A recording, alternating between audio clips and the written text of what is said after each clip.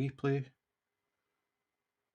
So I finally finished my Halloween diamond painting.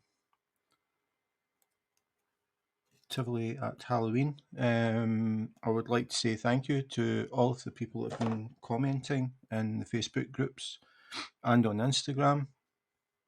A lot of people like it, but a lot of people have been saying that they wouldn't have the patience. It was a 60 by 80, it had 90 colours, and it had a lot of confetti. So now that I've finished with Halloween, before Halloween, I've decided to work on some Christmas stuff. So this is one that I did an unboxing of from Amazon, and it's 4 snowmen, snow people.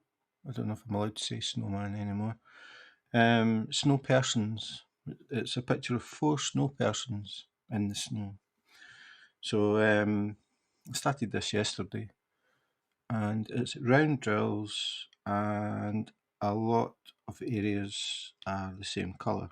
So it's a complete contrast to the one that I've just finished. So once I finish this one, which shouldn't take too long, I will be starting on another Christmas one. And that will be Winter Wonderland from Diamond Dots, which is a lot bigger than this. But it is a partial, so it's not completely covered in drills. So that'll be the next one.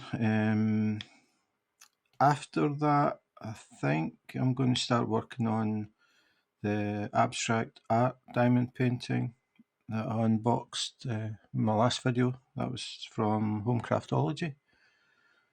So 2 Christmas ones, then an artistic one. So I've never done any like that before, so that'll be something different. It's relatively big as well, square drills, so not as bad with the confetti.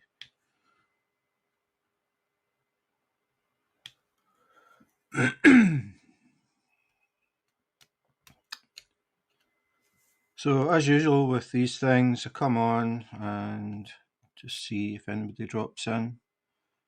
I know that most people that drop by are in the States, and it is probably very early on a Saturday morning. So I'm not expecting a lot of people to drop by.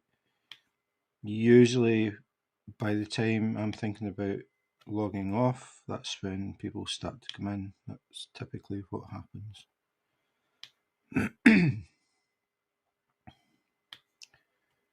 So if nobody comes in, it's going to go very quiet, and I'll just concentrate on doing the diamond painting. Hi Irene. South Africa, nice. Don't get many people from South Africa. As I was saying, I think most diamond painters are in America. But thanks for dropping by. Yeah, this is just a little fun one. Taking a bit of a break after doing that last one, Tivoli at Halloween. So just double checking that I'm doing the right thing. When I start talking, I get distracted. Yeah, I'm doing the right one. It's good. So this is round drills, which I don't really do very often, mainly square. But this was one that I got because I was buying some stuff on Amazon and I was short of the free delivery. So when that happens, I just go on the hunt for a diamond painting. I saw this one, I thought this is a nice one for Christmas. So I added that and got my free shipping.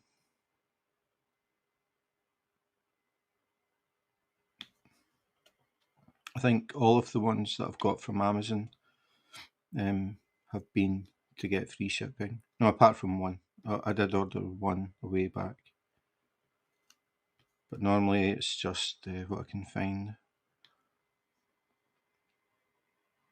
You're doing square, yeah. Do you normally do squares? Is that what you mean? Me too. If I have a choice between round and square, I will go for square. But if I see a picture I like and it's only in round, I'll still get it. I think they look fine from a normal viewing distance. You can't see all these massive gaps that you can see down here.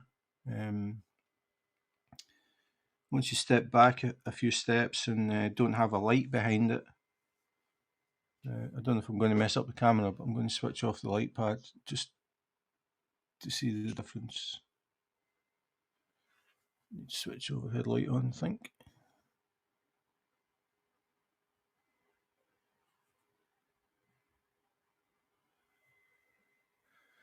But you can't really see that it's rounds from a normal viewing distance. It doesn't bother me.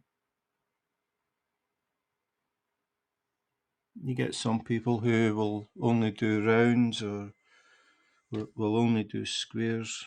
To me, the picture is more important. So I buy pictures that I like for whatever reason. Normally, it relates to something that means something to me or my wife in the real world. But every now and again, I just see things that I like for there's no other reason than I like the picture. And the Home Craftology one that I just unboxed, that was just looking for something a bit different. I've never done a modern art one, and I just like the colours and the shapes on it. I've since found out that the original painting sold for, I think it was something like $12.8 million. So if I can do the diamond painting and sell it for half that price, I would be quite happy.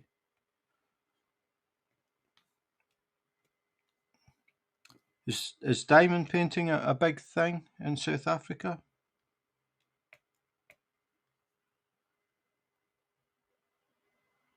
Ah, you normally do rounds, okay. Yeah, I'm the opposite. I normally do square. But I do notice how fast rounds are compared to square because you don't have to turn them and get them lined up, and the round drills tend to be pretty much perfect. You don't have the little tabs and things that you get on the squares. So you don't spend time checking the drills and pulling drills out.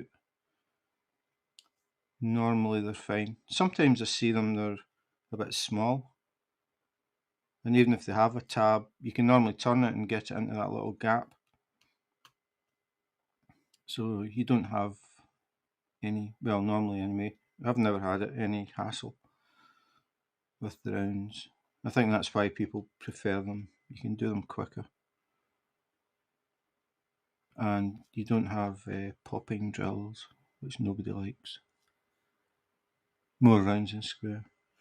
Yeah, I haven't actually counted like round versus square, but the vast majority of what I've got are square. I think I'm coming up to about 50 in the stash to be done. In fact, my phone, I'll be able to tell you.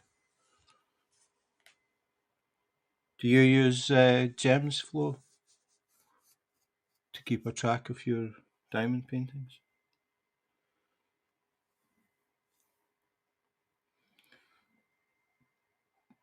Well, it's just under 50. I've got 42 that I haven't started yet, 3 that are on their way, and I think I've got 2 that I haven't put in Gems Flow yet.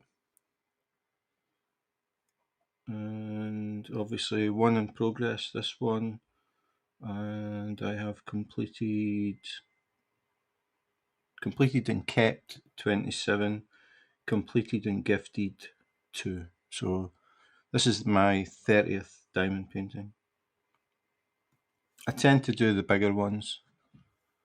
60 by 80 is my preferred size. It's quite weird working on this because I've got the whole thing on the light pad.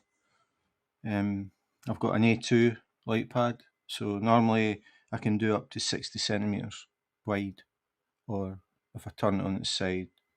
So I tend to go for diamond paintings that are 60 by something or something by 60.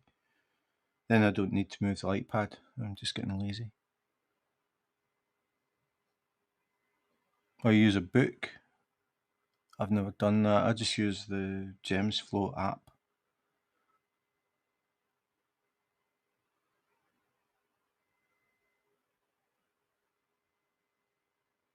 So how long have you been diamond painting, Irene? I've been nearly 2 years. I think it'll be 2 years in December. And I found it by accident. I was actually looking for cross stitch. I used to cross stitch a long time ago, and started thinking about doing it again. Went on the internet, started just searching, looking for websites, and accidentally found Dreamer Designs. I've got something from them. Don't ask me what it is, but I know I've got something from them. Yeah, so I was looking for cross stitch, and I found this diamond painting thing. Okay, 10 months. And I looked at it, and I thought that looks easier than, or yeah, easier, I suppose, and less hassle than doing cross stitch, where you've got to like split the threads, and then you've got to do the little squares, and yeah, it's quite involved doing cross stitch. I don't know if you've tried it. So I thought sticking things on a canvas seems a bit easier. So I decided to try it, and just really, really enjoy it. Normally I listen to music, I have headphones on. When you were at school, I had left school quite a long time. It was my mum's friend used to come over on a Wednesday evening, and she would come over for dinner, and she would bring her cross stitch with her. And she did cross stitch that looked like watercolor, like paintings.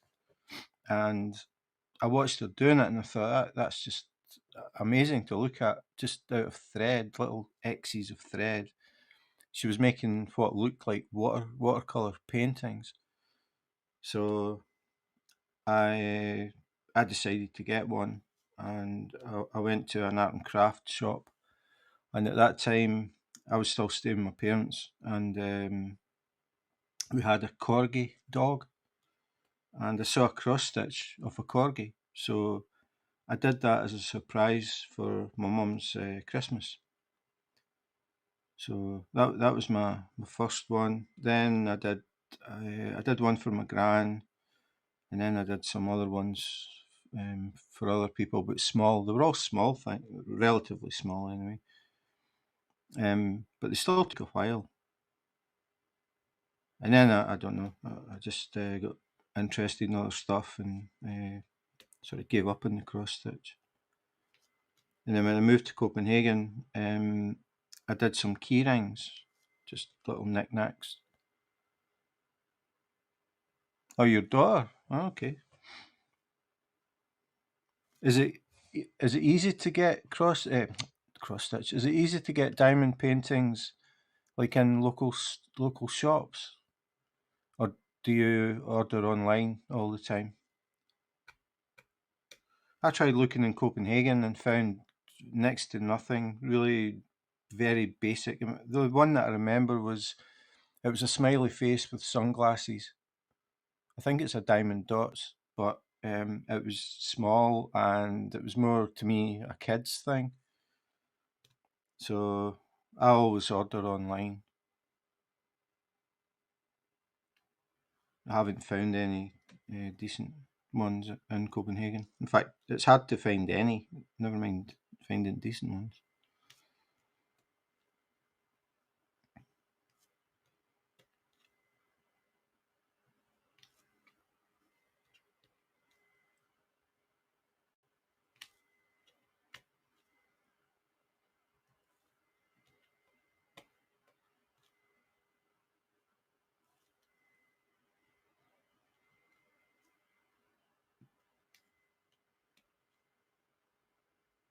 What time is it in South Africa?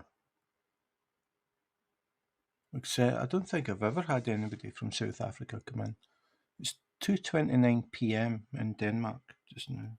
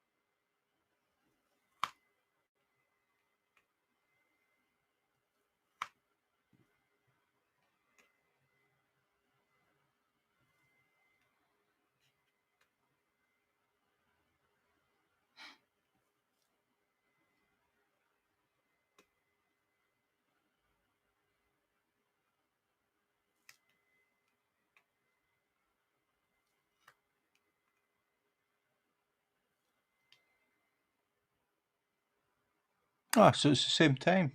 Oh, I never knew that. So South Africa and Denmark are in the same time zone.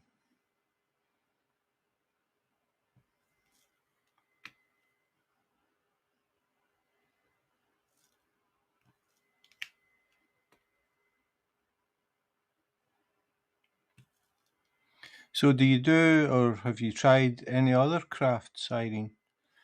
Cross stitch is the only one that I've done. A lot of people seem to crochet or have crocheted.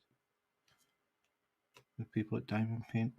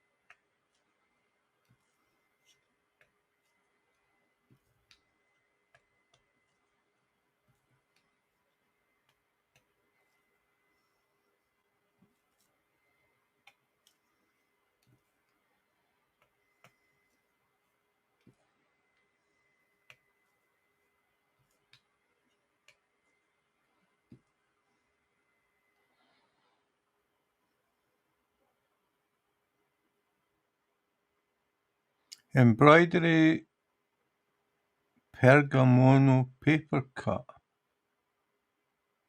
I don't know what that is. I'm going to have to Google it. And stamps. You make like ink stamps or you collect stamps? Like envelope stamps.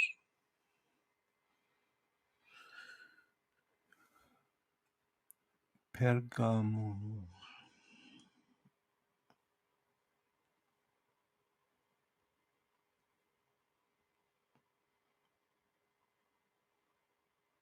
Pergamono paper.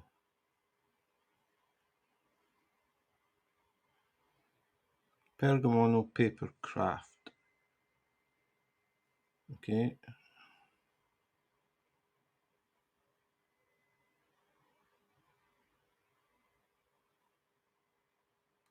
Ah.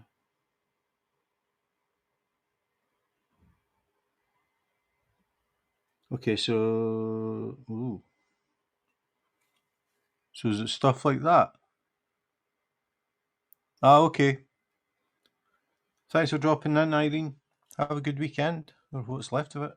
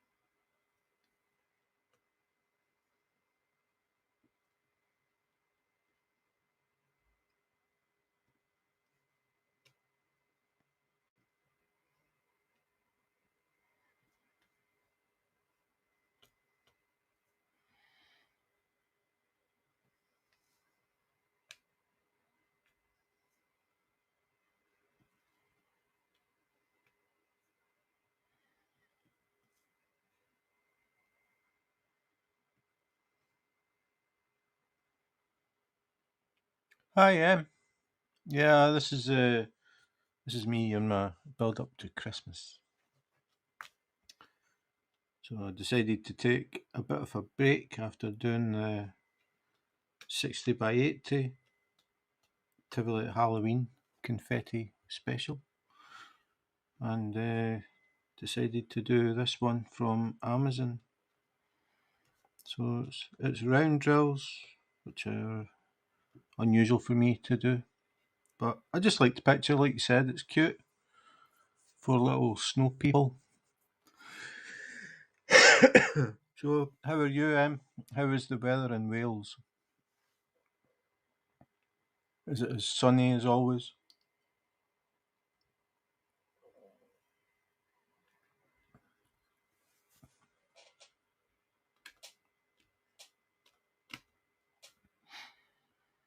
I think the only place I've been in Wales is Cardiff. I drove down there from Edinburgh, down to Cardiff and back in one day.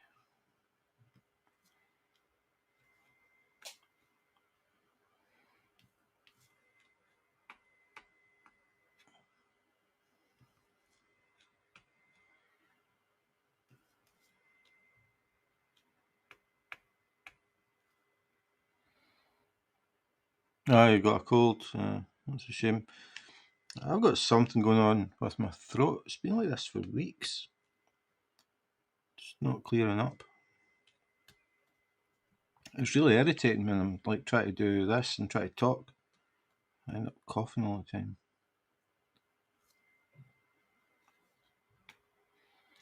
Um, yeah, definitely. I mean, this is what I this is what I do all the time when I've got spare time. Normally, I have a wireless headset on, and I'm normally just listening to music. I listen to music and do this. Really, really enjoy it. I find it very relaxing. Even doing square confetti, it doesn't bother me. But I can see how much faster it is when you do round drills.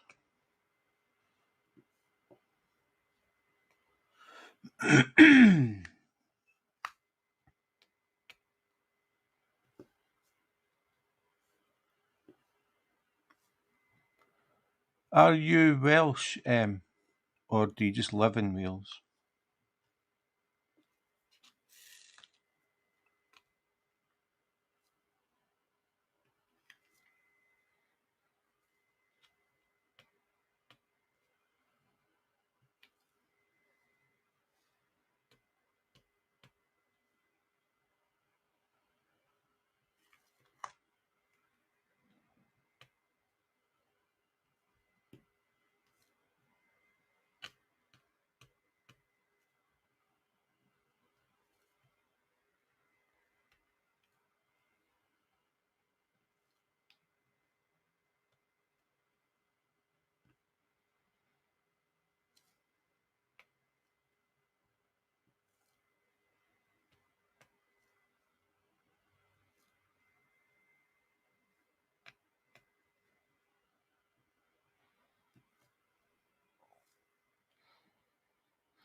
Christmas theme too. My mum likes doing rounds. I'm Welsh.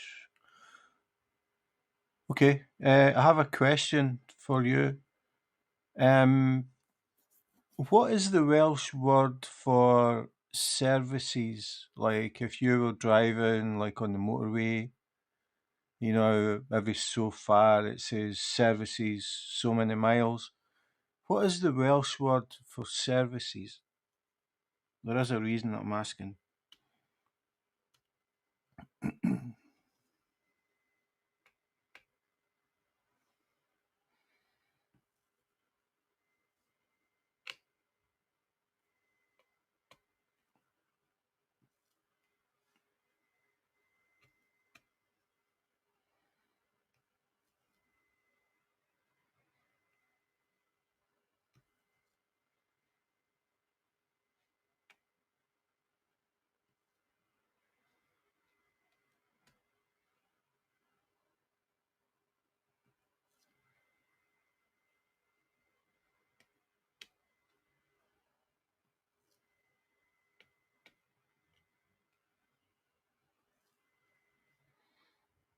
Oh, you don't? Oh, okay. I'll still tell the story. My mum and dad went to Wales for a holiday. This was years ago, but they went down to Wales and they had rented a cottage in the middle of nowhere. They got lost trying to find it, and did I put that there? No, I did. Finally, they found this cottage in the middle of nowhere.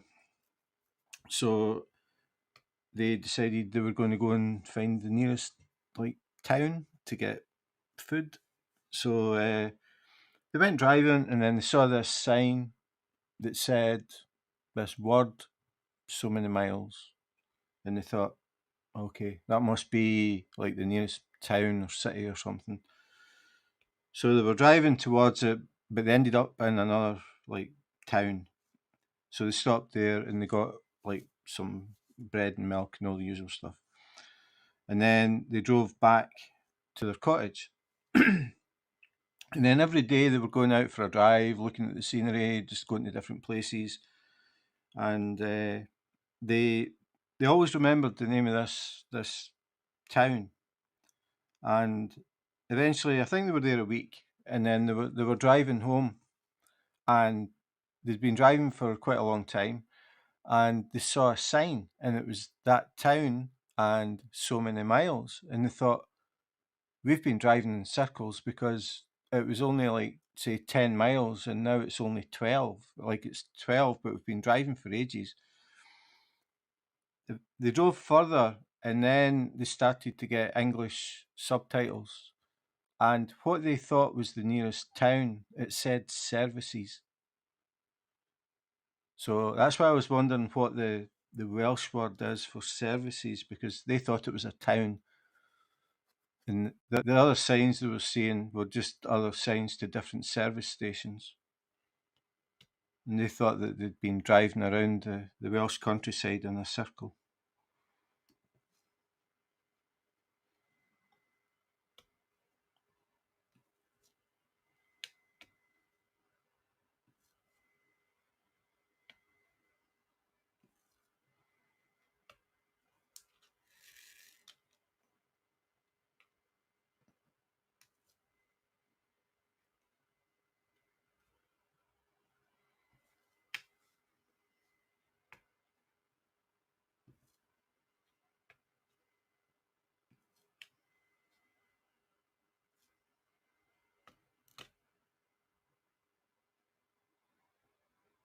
Yeah, I mean, it was a long time ago, but obviously, like I said, wherever they were, it was the middle of nowhere. And I think it was when they started to get closer to civilization, that was when they saw the sign that had it underneath and it said services.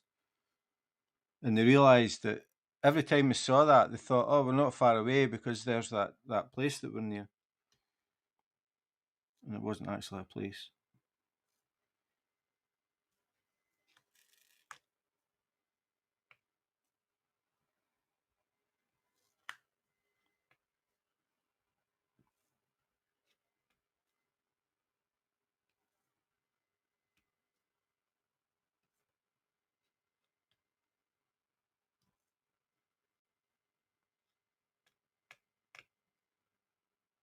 Do a lot of people still speak Welsh? I mean, in Scotland, hardly, virtually nobody speaks Gaelic anymore.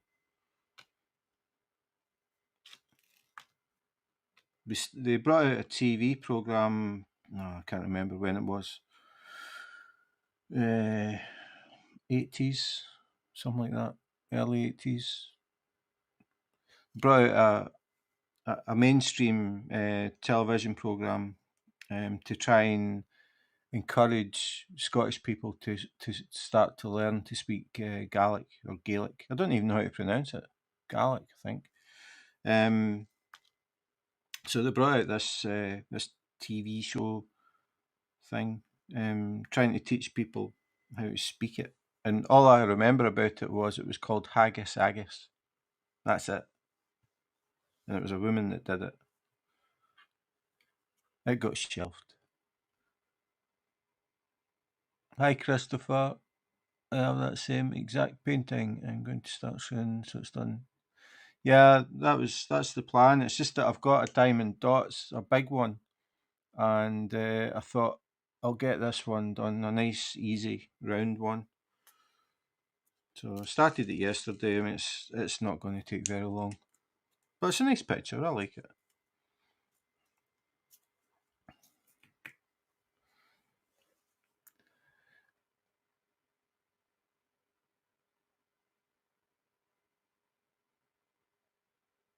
Well, it was a gift from your dad.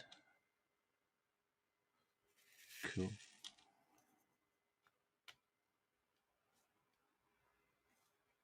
Yeah, I was talking to my wife last night about Christmas and stuff, and she said, "You could just get me a diamond painting." And I said, "How many have you got sitting here?" And she was like, "Yeah, she's not as many as me, but she does have quite a few diamond paintings."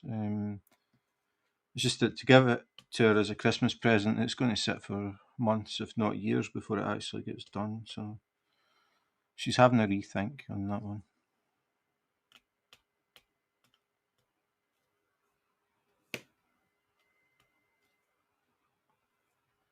I've seen this picture advertised in quite a lot of different companies. This one was Amazon.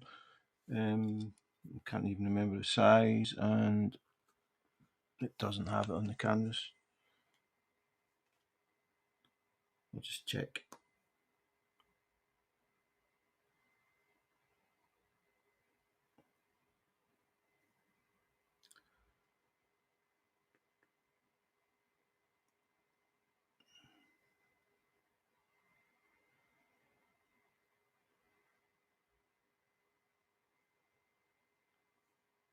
This is 45 by 25.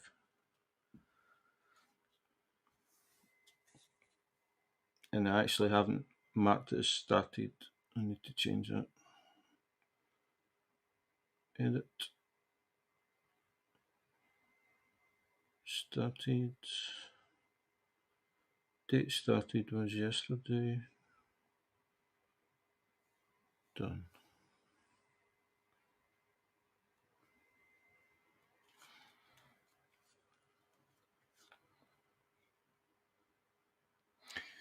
You're working on your stash now. 4 left.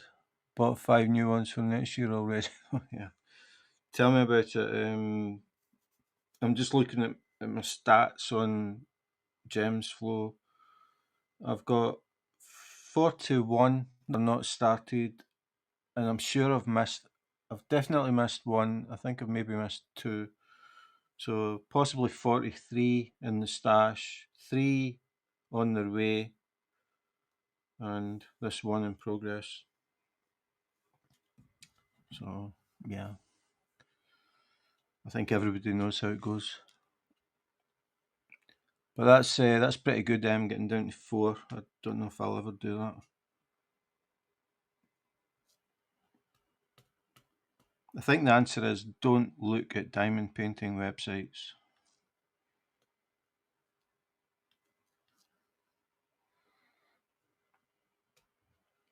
Yeah, and most of mine are on the sort of larger size. The biggest, I'm trying to remember, the biggest one that I've got is 155 by, can't remember, 55 or 50. I've got another one that's 80 by 100. That's the biggest two. I've got a few that are 60 by 80. Um,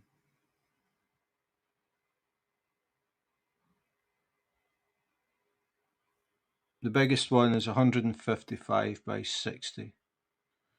And Winter Wonderland that I'm going to do next is 90 by 61.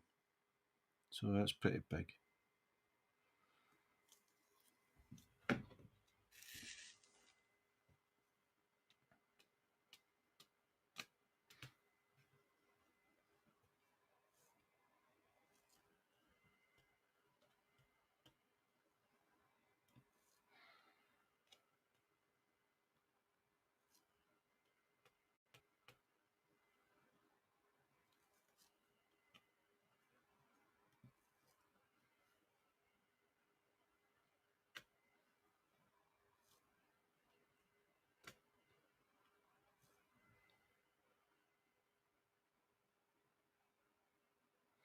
60 by 80. That's my favourite size to work on, 60 by 80.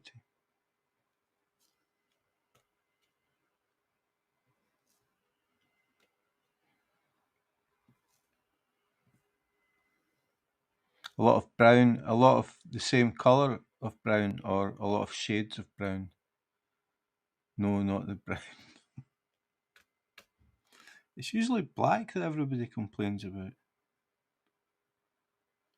And the what was it, 80 by 100 that I've done, that was a custom, and it came with 350 bags of 310.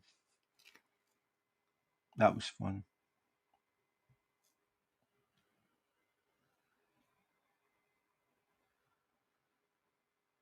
Hi Jane, how are you? How's your foot?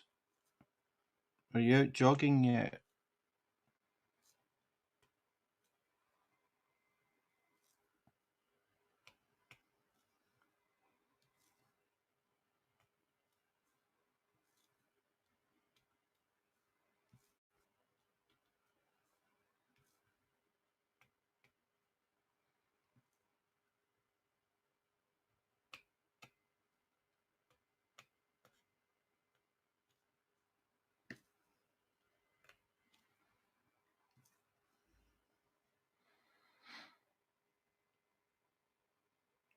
Oh, that was shades of brown. Yeah.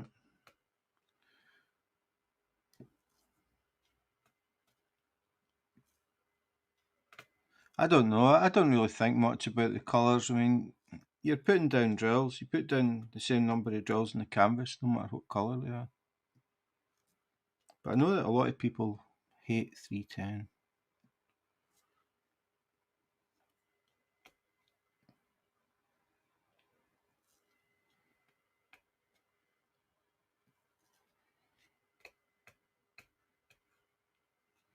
The one that the 80 by 100 that I did, look at it, it looks like it's only green, black, and white, pretty much. It's actually got 47 colours in it. Most of them are shades of green. Still using the walker, but up to 50% weight. Start therapy. Cool. It's heading in the right direction, Gene. And no pain. Yeah, that's the thing. That's the way that I looked at it. That one that I just finished, that was a 60 by 80 and it had 90 colours in it. A lot of people have been commenting on it, but a lot of people have also been saying that it looks really good, but they wouldn't have the patience to do it. But that one like is my own design from a picture that I took, and I'm just thinking of the end result. I don't mind the confetti. I think it makes it a bit sort of stand out. It's a bit different. That was the idea anyway. But a lot of chopping and changing colours.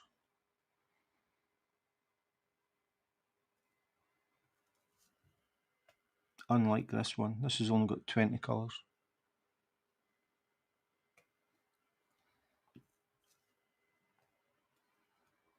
I think the least number of colours I've had was 11. 11 colours in a 60 by 60, I think it was. Hi Tinker, thanks for dropping in. Welcome to Christmas. You have it on your wall, I'm working on it, and Chris is going to do it. It's a very popular picture. It's really cute, I like it.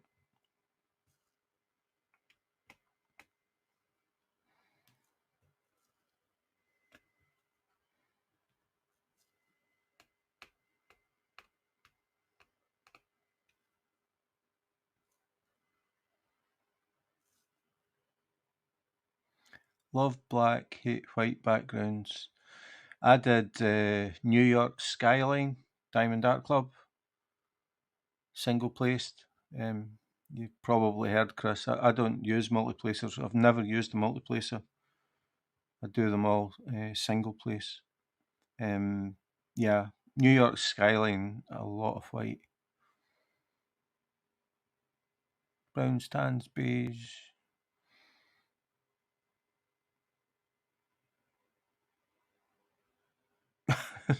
There's a lot of colours you don't like, Chris. It looks very cute on the end. Yeah, yeah, I've seen it. I've seen it in quite a few different websites. I can see why people go for it. A little bit different. I have to study a diamond painting before I buy, so I know the colours won't touch. Yeah, I don't really understand. I don't get that. It's just a drill. When you look at it, Chris, and it's brown, just pretend it's red. No, that's dull. Whatever your favourite colour is, just get it in your mind that brown is whatever your favourite colour is. Mind over matter. I just see them as drills, and they just have to get stuck on the canvas.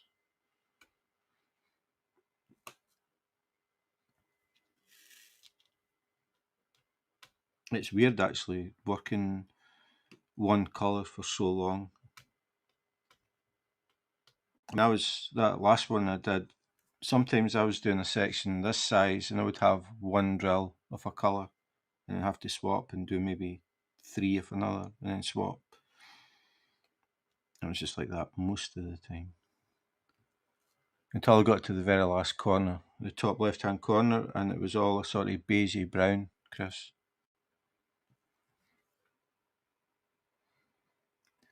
Before I did Bird Protector, I didn't think I had a problem with any colour. I think it was because the symbols weren't. Yeah, I hate that when the symbols are hard to read. The worst one I've had was from Wish, and it was terrible. Really, really hard to. I ended up. I was going more by the colour of the square, the background, even though it was faded. I mean, it turned out okay. A bit bland. Wasn't. It's probably the blandest diamond painting I've ever done, but I mean, it looked okay. But it didn't have vibrant. I like paintings that have got like bright colours. It had a few colours, but I don't know. They just weren't bright.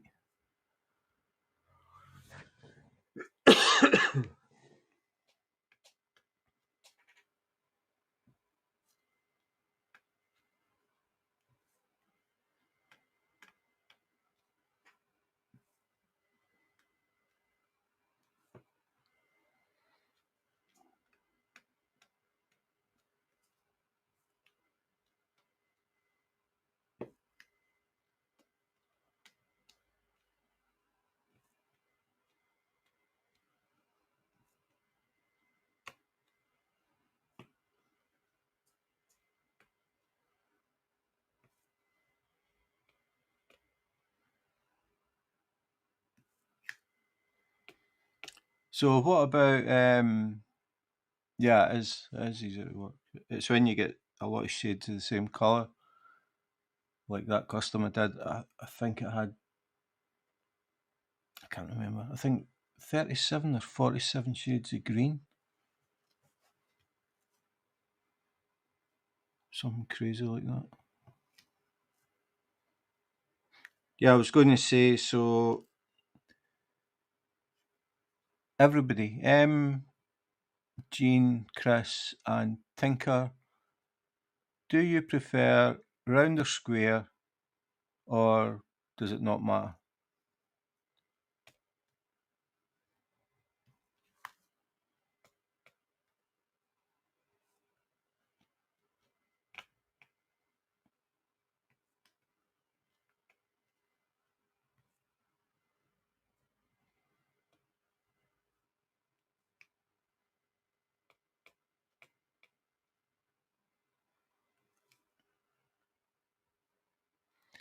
Rainbow Chameleon.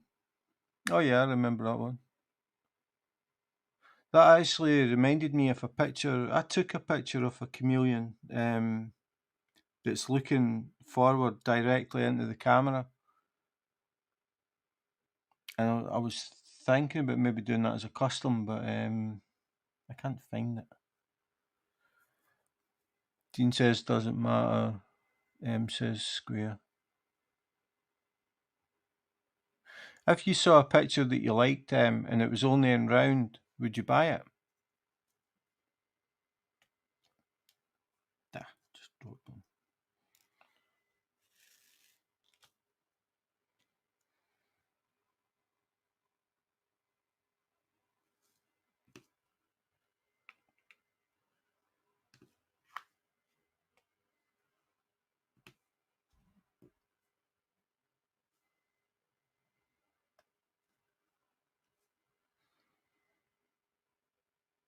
Oh, here's trouble.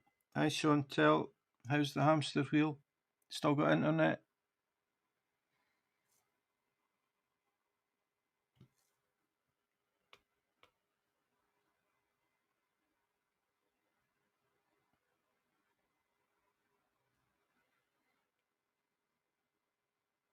Ah, cool.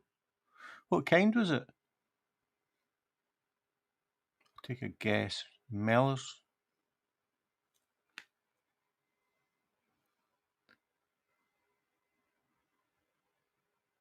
I've never kept chameleons, but I've kept a lot of other things. I had a friend that bred chameleons. You would buy it, yeah. For me, it's the picture. If I like the picture, I'll buy it. If I have a choice between square or round, I'll go for square. But it doesn't put me off if it is only in round. But when I first started, I kept reading that if you want detail, get square and go big. And that put me off ever buying round. And my first round, I bought it by accident. I saw the picture, I ordered it, and I never noticed it was round. And when I got it and realised it was round, I nearly didn't do it because I thought, that's not going to have the detail and it's not going to this. And I ended up doing it, and it looked absolutely fine. Now, nobody wants problems with the septic.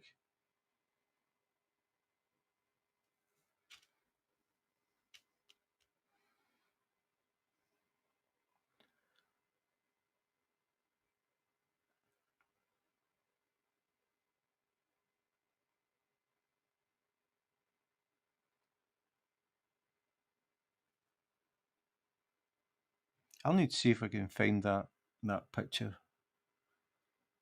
It was really cool because it was like it had its eyes turned directly forward. I think it was hoping that the camera was a cricket or a mealworm.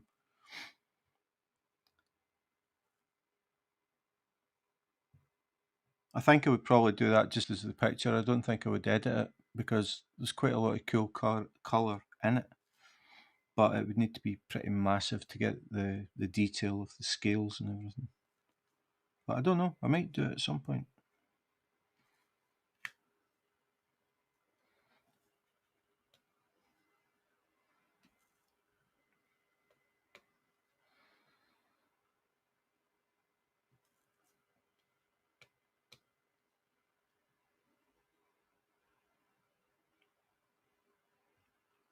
That Tivoli Halloween one that I just finished, they've actually got this year's Halloween display on, and they change the display every year. Like they have a Halloween display every year, but they change it so you're not going back and seeing the same thing every year. And I noticed they had an advert on Facebook this morning. I saw it. They've got over 20,000 pumpkins in Tivoli at the moment for the Halloween display. That is a lot of pumpkins.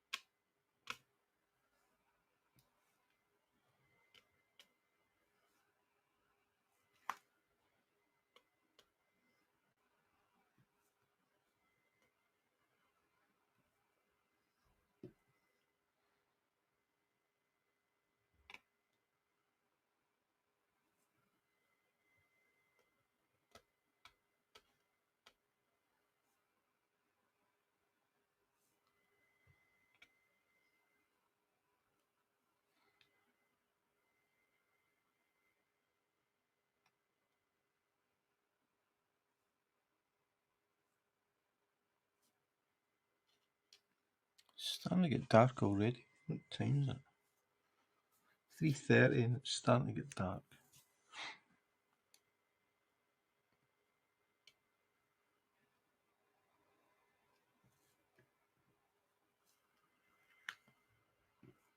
I saw yesterday they had their first snow in Scotland yesterday, up in the Highlands. There's a picture of a guy with bagpipes standing in the snow.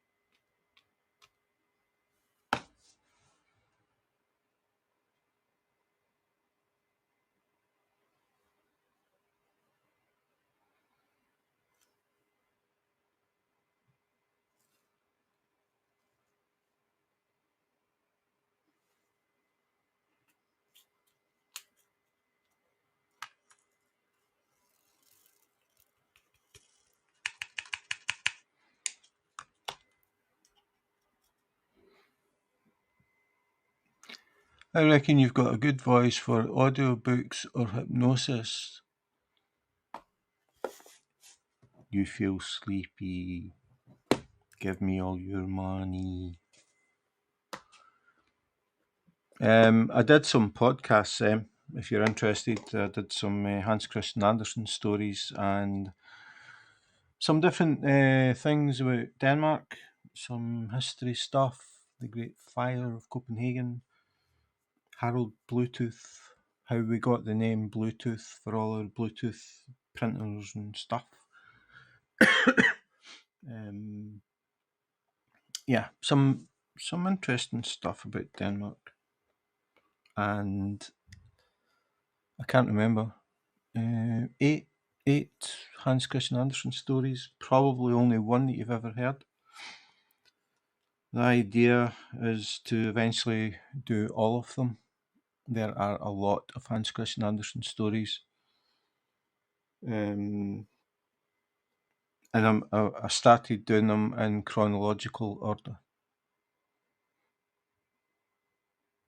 Yeah, it's okay, Chris. I think there's a delay at my end because I'm doing this wirelessly. I should really have an Ethernet cable plugged in. So I think there's about a 20-second delay. I just get used to it.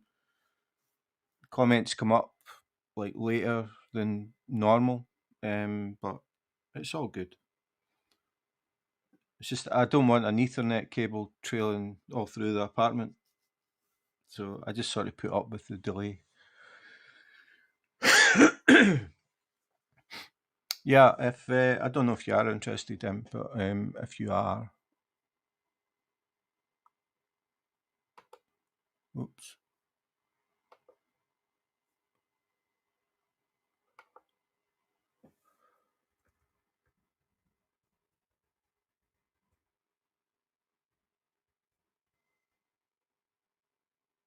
Spell that right. Copenhagen.com is the website. When you go to the main page, you'll see you can't miss the podcast section. There's a lot of other stuff in there, but just when you mentioned that, a few people have mentioned about my voice and accent and stuff. So if you're interested, there's quite a few things there. I think I'm going to have to switch a light on. Boom.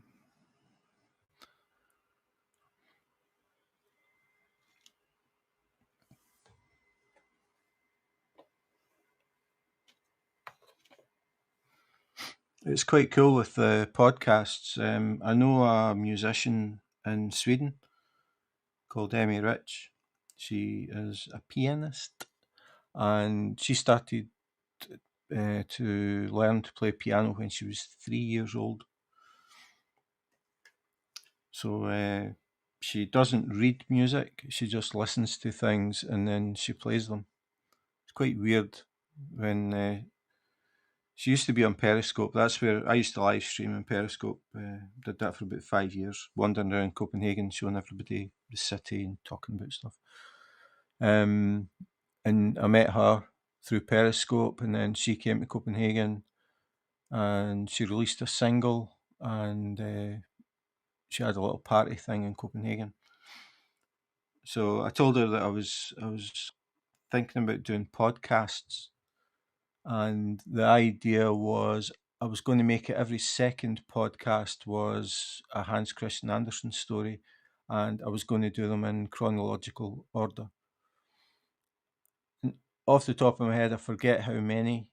I think it's something like 160 stories. I can't remember. It was quite a while ago. I think I've done about 9.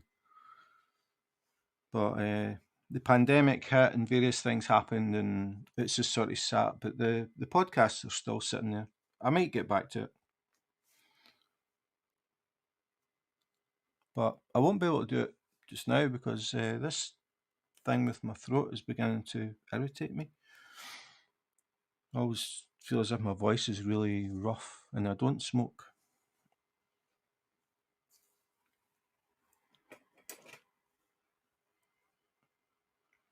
Yeah, the stories they're really good, but they're pretty grim. Like for what's meant to be, people think of Hans Christian Andersen and fairy tales and stuff, but they're pretty gruesome.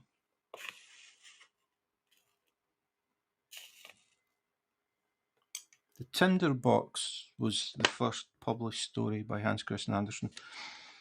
It's quite good. My favourite so far is a story called Big Klaus and Little Klaus, I think it's called. A lot of dark humour in that one. But I haven't got to his like really famous ones yet. Just one, I think. The Princess and the Pea. I think I did that. But I haven't done like The Little Mermaid or The Ugly Duckling, Emperor's New Clothes. I mean, he's got a lot of famous stories, but he's got a lot that you probably haven't heard. Some of them are very short, like very short. I can't even remember the name of it. One about a dog. I forget the name of it, but I think the actual story lasted about 3.5 minutes or something. It was like ridiculously short. But I want to do all of them, so as I said, I'm doing them in order. I need to actually get back to that. Then I started diamond painting, and that was it. My life was over. Copenhagen is extremely flat. It is very good for wheelchairs. I mean, the hotels have all got access. Depends. I mean, if you were doing an Airbnb, you would need to check because in Copenhagen, pretty much everybody lives in apartments, like we call flats in the UK, and most of them don't. In fact, I would say all of them don't have any kind of access to get up to apartments in a wheelchair. We've actually got a neighbour the next floor up, and she has had both hips or hip joints replaced. So she struggles with 2 sticks, and she put a notice out saying that she's going to get a chairlift fitted, and she's going to pay for it up to her apartment, and anybody can use it if they need to. And she was asking if anybody was interested in clubbing together so we could get the chairlift would go up to the top. Like we're only 5 floors, but she was thinking it might be beneficial to have it going all the way up. That would be something unique, but I don't think anybody took her up on that. So it's going to go up to her floor, which is past our floor. So When I get old and can't get up the stairs, I'll be able to use that chair. But as far as getting around Copenhagen, it is as close to flat as you can get. Very easy to go everywhere. I'm trying to think where you couldn't go. The only thing that I'm thinking, I don't know what it's like to get on the canal trips if you were in a wheelchair and you can't, like, you've got no mobility. That would be difficult, I think, to try and get carried onto the canal trip. And I mean, what else? The Marble Church, now I'm trying to think if they've got wheelchair access. I can't remember if they've got a ramp. I would imagine they do. The Marble Church is really, really nice inside. Again, when I did Periscopes, I did all of this stuff live and people got to see everything.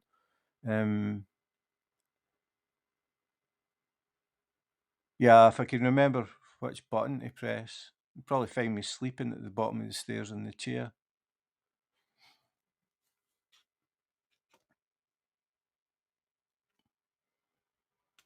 But I mean, you could go like to see the Little Mermaid statue and stuff. You don't. I mean, that's just flat.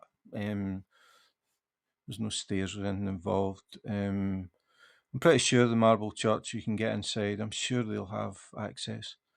What else? The royal palaces, like where the Queen of Denmark lives, you can get really, really close. I mean, I couldn't believe how close you can get. That's all wheelchair friendly. I actually did a periscope when it was the Queen of Denmark's birthday, and I was very close to the balcony where she came out and waved to the crowd. That was pretty cool. Massive crowd. Hi, Rosandra. Long time no see. Welcome. Try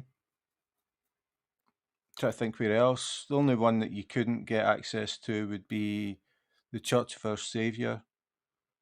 That's a church where you go inside the church, you start going up some stairs, and then you go through an opening and you go up more stairs around the outside of the spire of the church.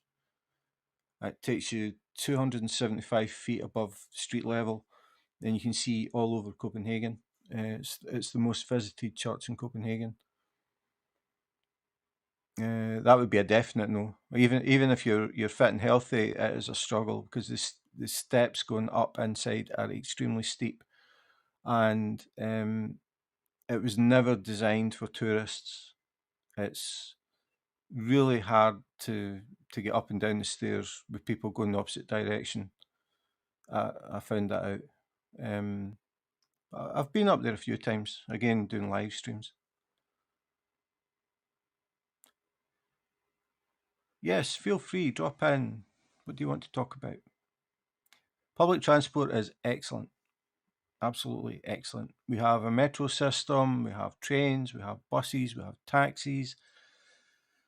Buses are every, depending what time of day it is, if it's during sort of rush hour, buses are every 3 minutes. If it's not, normally they're every about 6 minutes. In the middle of the night, it's a bit different. They're maybe every 20 minutes, I think. Depends though where you are and where you're going.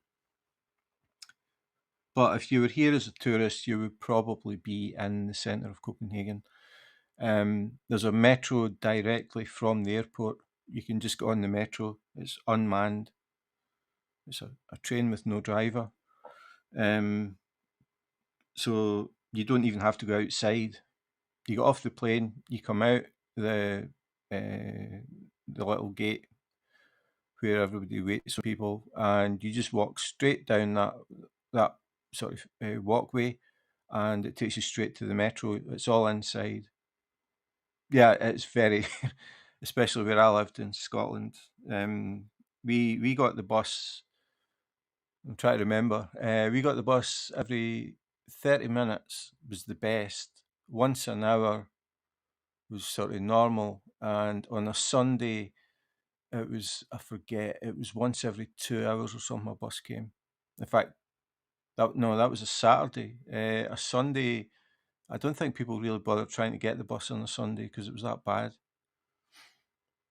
But no, it's the, and well, again, wheelchair, it won't work, but bicycles are the big thing in Copenhagen because it's so flat.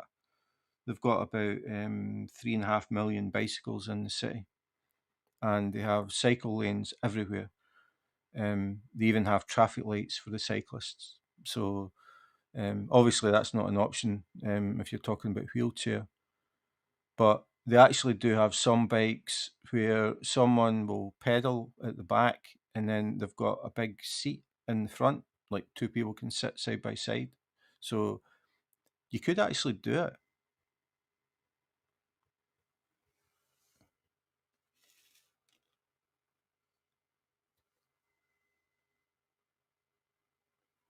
But it's definitely wheelchair friendly.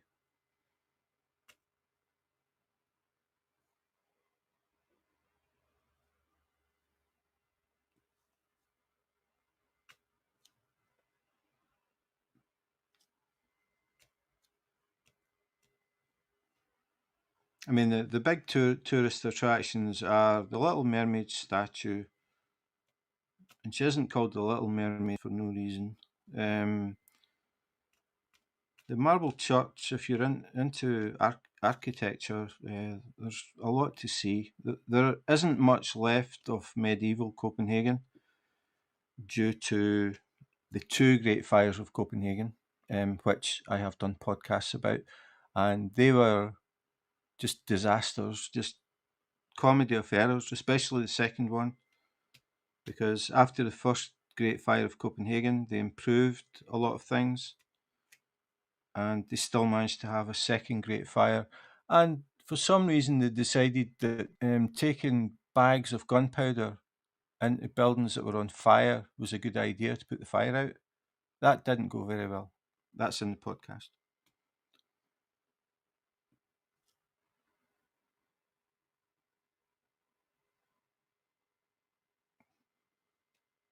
But cycling, it's flat, and those bikes have got electric motors, so it wouldn't be a problem. They have a lot of electric bicycles. Even though it's flat, people are still lazy. So you can just basically sit on the bike.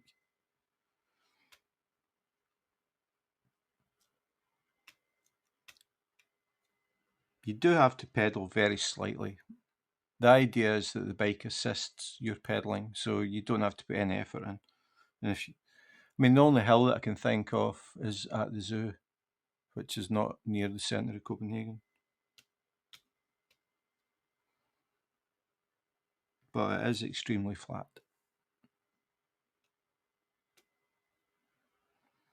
And as far as the metro is concerned, they've got lifts for wheelchair access and buggy access, all that sort of thing.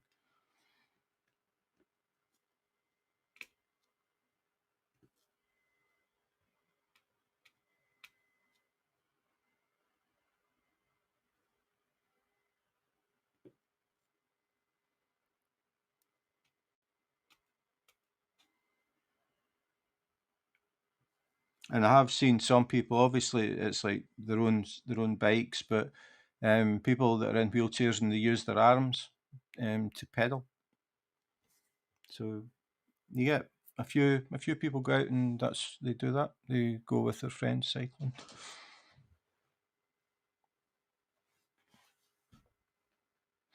Yeah, they probably do. I would think. I think the bigger cities are starting to get a bit more aware of that sort of thing. But cycling in Copenhagen can be a bit daunting. It sounds good, like just I'll just go for a little cycle around the cycle lanes. But if you're on Hans Christian Andersen Boulevard and you're cycling in a cycle lane that's wider than a road, and you have six cyclists in a row, like beside you, and you're in the middle, and you wobble a bit, it can cause problems. And you get tourists that come, they have no idea of what they're doing. They cause accidents. And tourists who are taking pictures and decide that they need to take 3 steps back to get a better picture of Hans Christian Andersen's statue, so they step out into the middle of the cycle lane. I don't know how many times I've seen that happen. And people thinking that the cycle lane's a footpath, even though hundreds, in fact thousands of cyclists use them. That's the thing that people in Copenhagen don't miss in the wintertime when the tourists aren't here.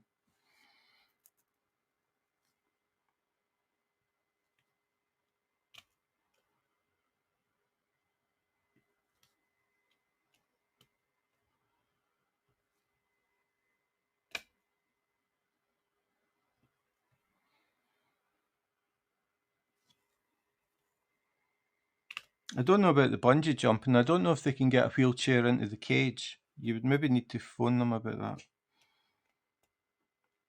And then they swing you around so you're over the canal. So if you do fall off, you're going to land in water.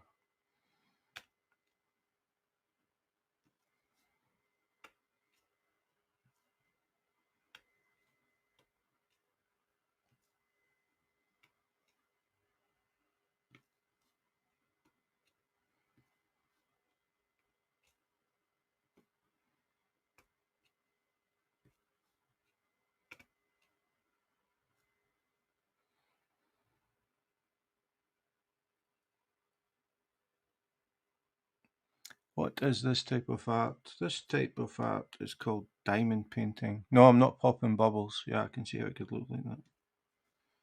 It's basically a picture made up of, well, this one is circles. Sometimes it's squares. It's little coloured circles of plastic, basically, that are stuck on a canvas and they make up a picture. So this is a really small one. But the thing about it is, if I move the light, you should see a sparkle. You can see it in the hat, this area. See that sparkle? That's why it gets the name diamond painting, because of that reflection. So when you walk past them, they glitter and sparkle. You don't notice it as much when the camera's just sitting steady. I think we'll pass a bungee jump. I've never bungee jumped. I would never do that, I don't think. I might have when I was younger, but definitely not now. Or jumping out an airplane with a parachute. I don't really fancy that either.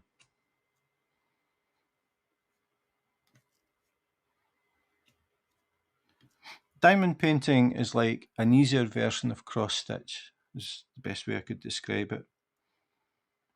These little circles are 2.8 millimeters in diameter. The squares are 2.5 millimeters. The advantage of using squares is you don't get all these little gaps. But if I switch the light off, I've got a light at the back of it, makes it easier to read the symbols. If I switch that off, you don't really see the gaps. And from a normal viewing distance, you don't see them at all. It's only when you're making them that you notice all these things.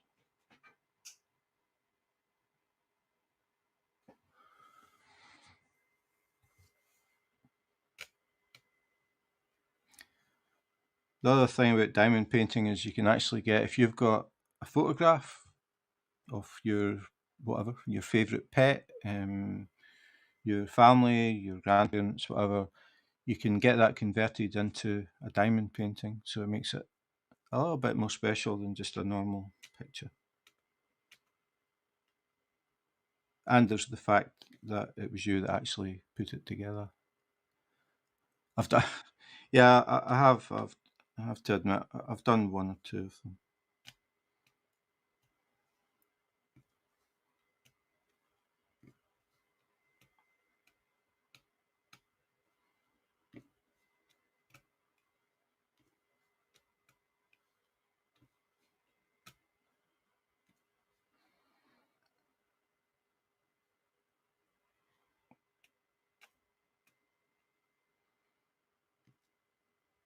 Now you've actually got me thinking about wheelchair access for boats. We have like the big sort of barge type, typical tourist boats that have, I don't know how many people are on board. I don't know, 60, maybe more. But then we've got smaller ones that are, it's a different company. I'm just wondering if they could do something. I don't know. Now you've got me curious. The next time I go wandering around Copenhagen, I'm going to ask them if they have provisions for people in wheelchairs, because the canal trips are really cool. I think oops, the invisible drill. I think I've been on the canal trips maybe 8 times now. Most of them I was live streaming. It was easy. Just sit in the boat, have the gimbal and the phone and the microphone, and then just sit back and watch Copenhagen go by. It's quite cool to see the city from the canal or canals. Gives you a sort of different perspective. And then obviously if we get anybody visiting, like my sister, you have to take her on the canal trip and to see the Little Mermaid statue and to see the Marble Church and to see Grundtvigs Church and to see St Albans Church and to see the Royal Palaces and to see Tivoli. There's quite a lot of things to see. And the pubs, obviously. Okay, enjoy. Thanks for dropping in. Thanks for having the chat. Have a happy Saturday.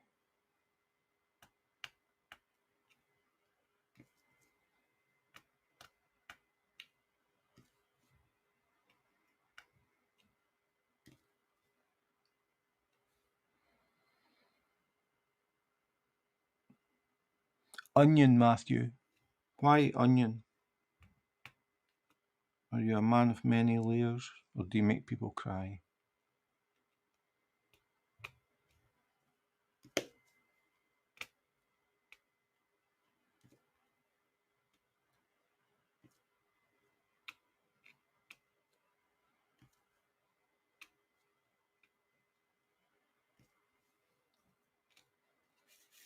Who invented diamond painting? The Chinese. It was invented in China. Can't remember when, but it was pretty recently.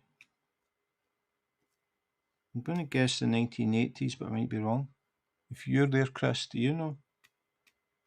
Well, you could Google it, I suppose, like any question. Can't remember, but it was invented in China.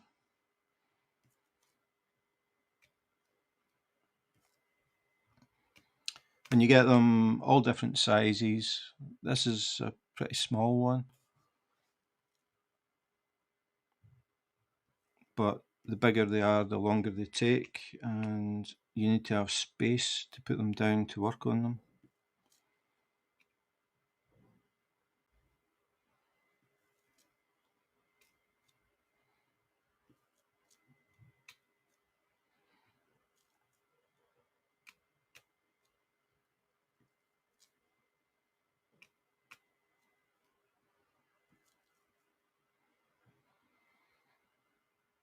Onion is your favourite vegetable, really? I like onion. I like onion in stew. I like onion in Chinese takeaway. I like when you get those big chunks of onion.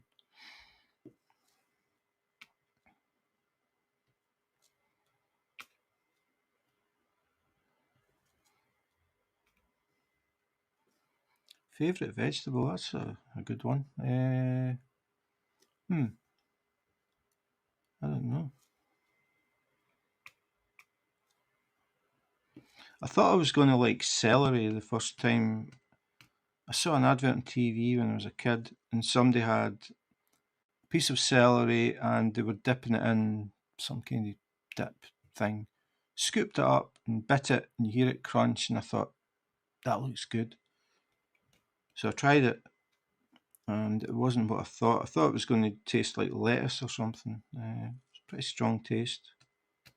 So I don't like celery. It's okay when it's been cooked, like in soup.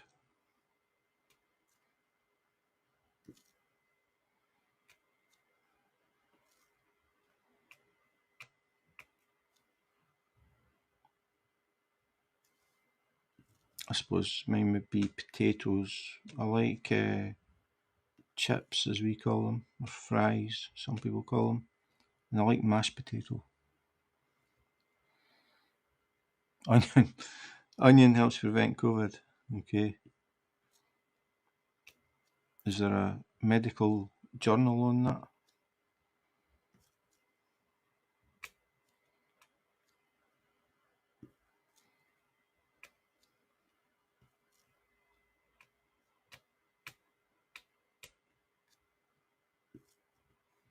Which country are you in, Matthew? I don't know why. I was just assuming you were in the UK, but you could be anywhere.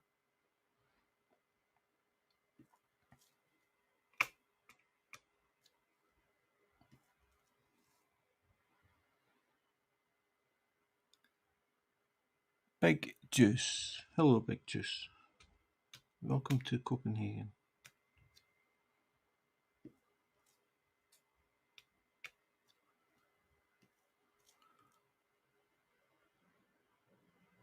Thanks for subscribing.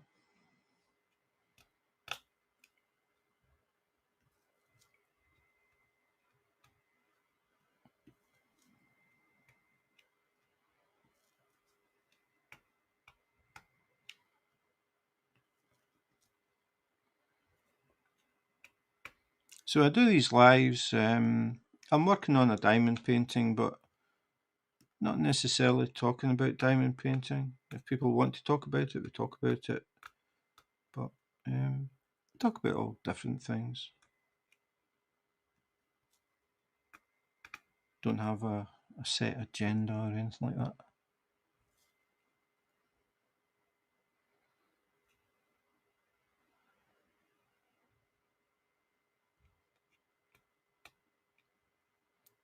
So you two in the same country, or do you just know each other through the internet?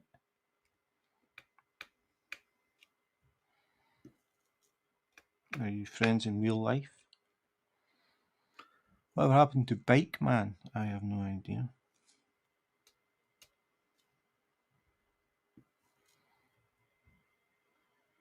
Maybe he got a puncture.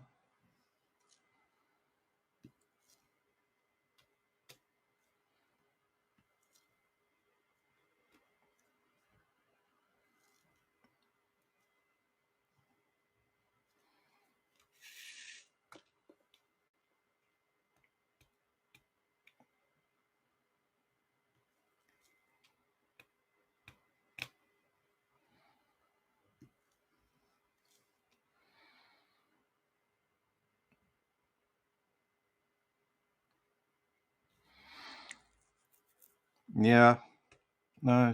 I used Periscope for I think just under 5 years. I liked Periscope.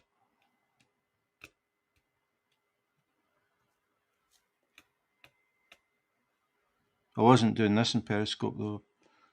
I was wandering around Copenhagen doing live streams. Bike Man, it doesn't ring any bells at all. Not for me, anyway. A lot of the people that I followed in Periscope were musicians.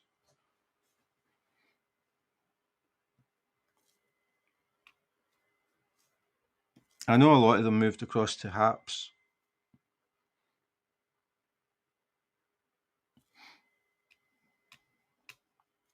I've just recently started using Haps.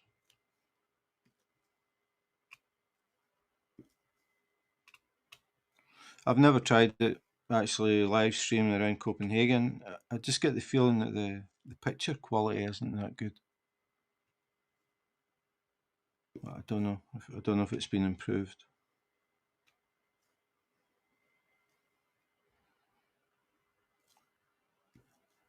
When I was in Periscope, I was IC Copenhagen, and I used to just wander around Copenhagen, showing people the city, pretty much everything and anything. I think I had just over 3,500 followers, something like that. We had a Periscope meetup as well. Oh yeah, Twitch. That's right. I think Phil Luna went to Twitch, and Jake Green uses Twitch. Yeah, we had a Periscope meetup in Copenhagen. Some people came across from England and some from Sweden, mainland Denmark. Copenhagen isn't in or on mainland Denmark. We're on an island called Zealand. So, in fact, we had two Danish guys came across from mainland Denmark. Someone was meant to be coming from Norway but couldn't make it at the last minute. That was pretty cool to actually meet people face to face.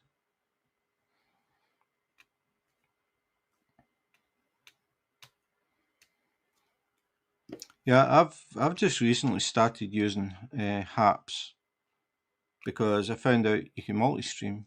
So I'm normally, or I was normally, just on YouTube, and then I saw the thing about multi-streaming, and I thought, okay, I'll give that a try. So that's what I'm doing just for this. Like the lives, I use Haps, but for my actual YouTube channel, it's just YouTube and nothing else.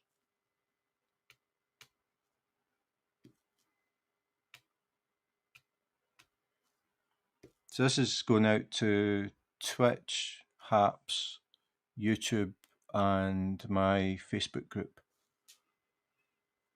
It's pretty cool that you can live stream all these things at the same time.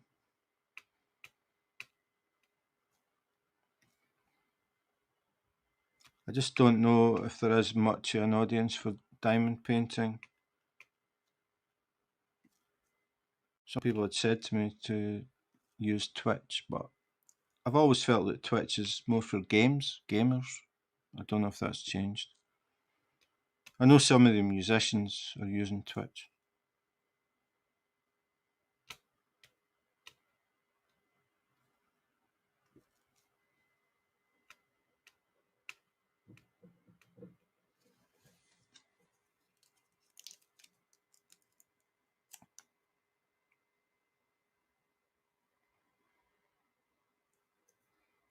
I don't know. I might go out and do a live wander around Copenhagen like I used to do with Periscope and try Haps and just see what I think.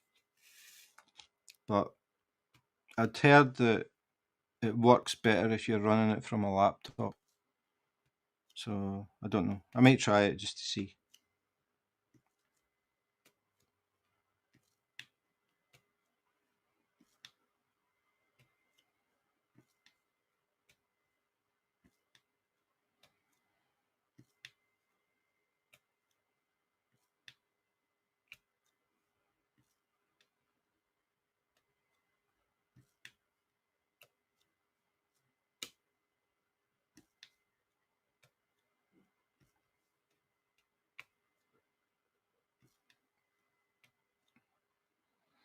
Love Girls Dance. Yeah, that's always been the thing.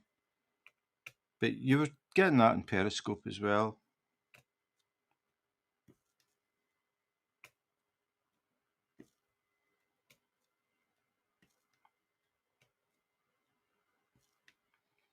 That was a sad but true thing. If you were female, probably still the same. If you're female, you're going to get a lot more viewers and followers than if you're male.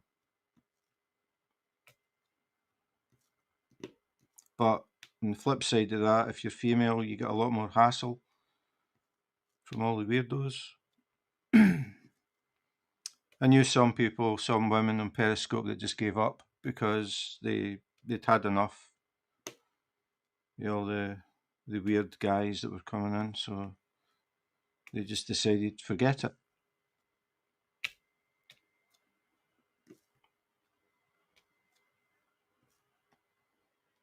But there are a lot of good people in Periscope. I met a lot of people that I still talk to, scattered all over the world.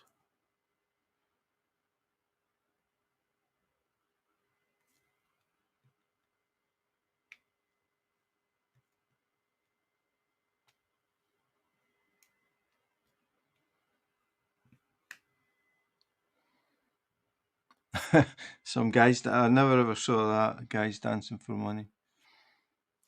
Don't think I wanted to, but I never saw that.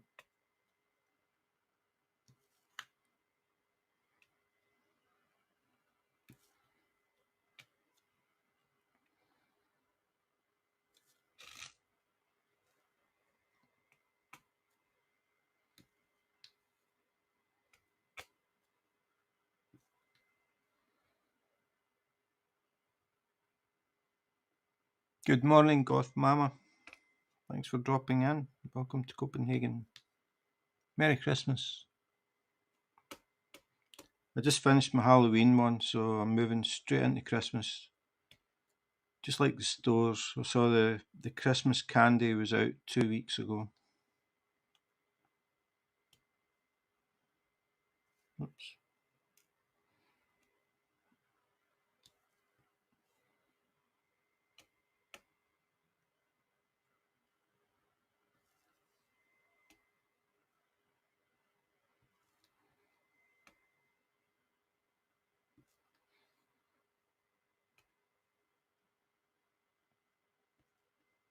So good morning. So I'll guess that you are in America somewhere. It is 10 minutes past 4 in the afternoon in Denmark.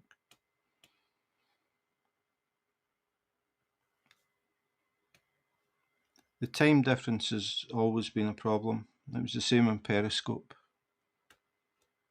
When I was out and about wandering around Copenhagen doing live streams, most Americans were still sleeping. And I've got the same thing with the diamond painting. Diamond painting seems to be massive in America. Not quite the same outside the States.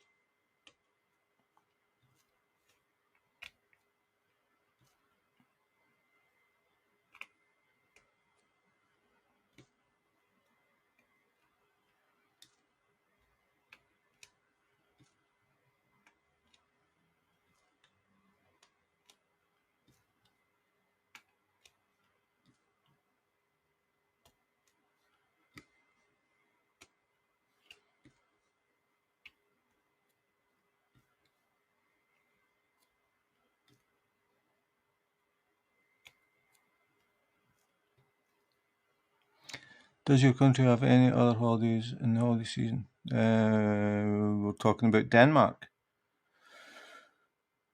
Any other holidays, as in, well, I'm from Scotland originally. So the difference that I noticed is that in Denmark they have Christmas dinner on the 24th.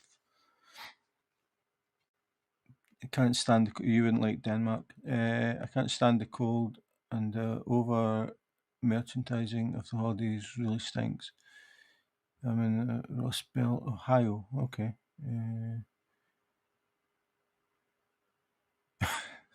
Judgmental people for miles.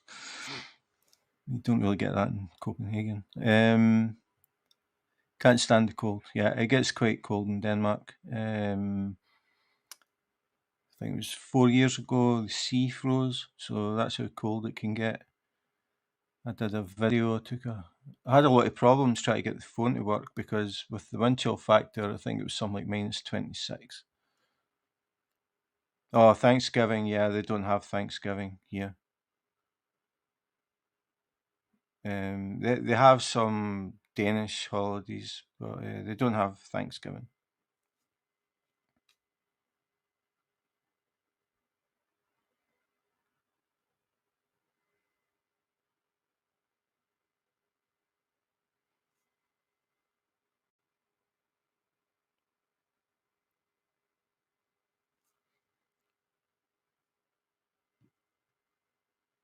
But I know that Thanksgiving's a massive thing. Sorry about that book of a response. No problem. It's better to have a response than no response. It gets kind of boring when nobody talks. Get a good jacket. Yeah, it was the phone though. It was seconds. I was trying to get some video of the sea across to Sweden being frozen, and it took me. I went there a few times before I managed to get a few seconds in slow mo. It was really cool though. I've never seen the sea frozen before. Yeah, it is very, very cold. I think the coldest that I remember in Scotland was -16, and normally it maybe gets down to about -8, but you never see the sea frozen in Scotland.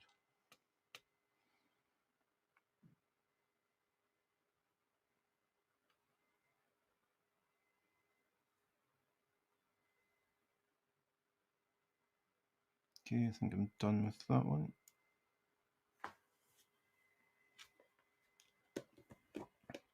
Hanukkah. No. I'll try to remember the whole. Fast allowance one. I don't know. I don't really, because I'm not Danish. I don't really follow the holidays. They have some that are different from the UK.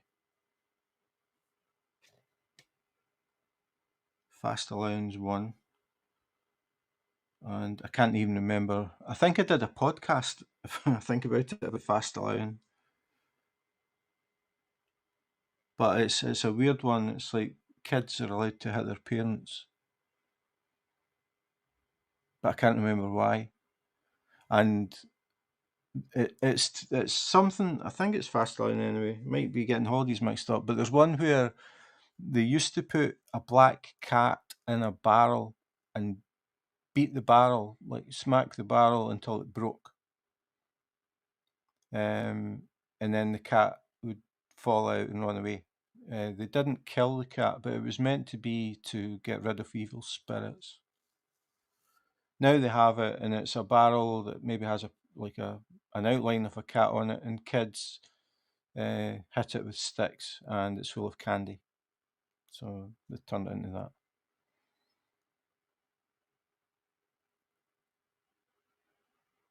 My accent is awesome. Well, that's good because it's the only one that I've got.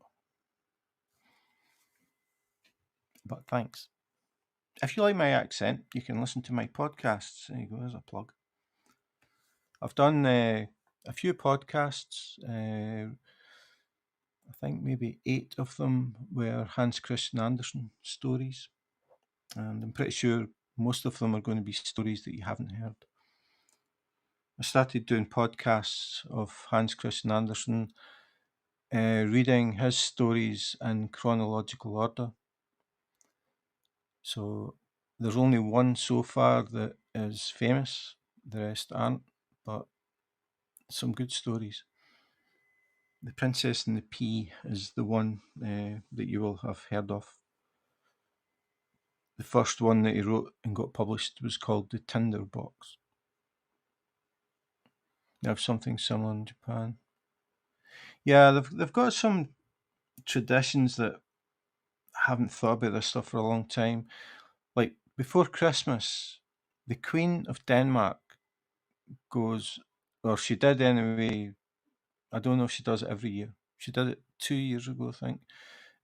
She goes up into the attic of the palace and she places some cookies on a plate, and they are for the Næsenisse, which are Christmas elves. And if you don't give them cookies, they will do evil things. So that's a sort of Danish tradition, and I thought it was quite quaint. The Queen of Denmark going up into the attic of the palace with a camera crew, and she was putting out a plate of cookies for the Næsenisse. You wouldn't see the Queen of England doing something like that.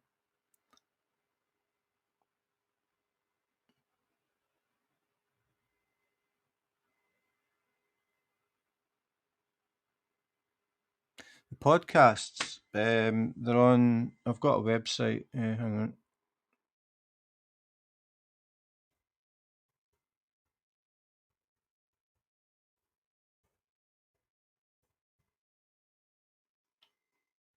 I must take that.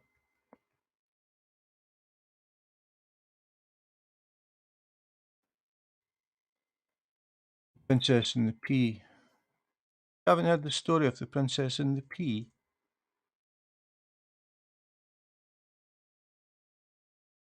It's the pea as in the vegetable.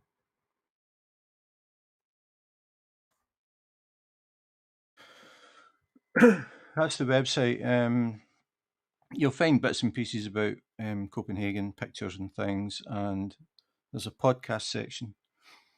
So there's Hans Christian Andersen stories, and there's stuff about plug shamelessly self promote. There's some stuff about Denmark, the Great Fire of Copenhagen, and then the Second Great Fire of Copenhagen, and how they improved things after the first one, and it still went horribly wrong, and they had a second one. Bluetooth, Bluetooth that you use to connect your printer and all that stuff. That is actually named after a Danish Viking king called Harald Bluetooth. So the story about that is in a podcast as well.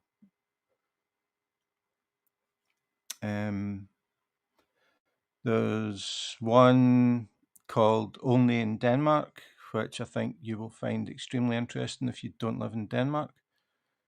I'll just leave it at that, actually. You would never, ever, ever see stuff like that on American TV or on British TV. And that's why I called it Only in Denmark. The Great Fire of Chicago, yeah. No. Copenhagen had two great fires. They never learned. Well, they did learn from the first one, but the part that I always remember is that somebody at some point thought it would be a good idea to send guys into a burning building with bags of gunpowder, because they thought if they created an explosion, it would suck all the oxygen out and the fire would go out. Not quite what happened, and it wasn't meant to explode when the guys were still in there. So, yeah, that didn't go too well.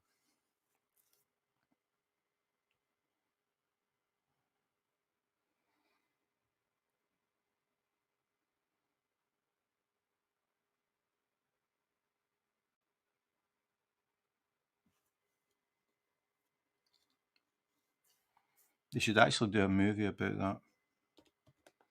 I think it would be a comedy. So many things that they did, and it just turned into a total fiasco. But because of the two great fires, there are very few medieval buildings left in Copenhagen.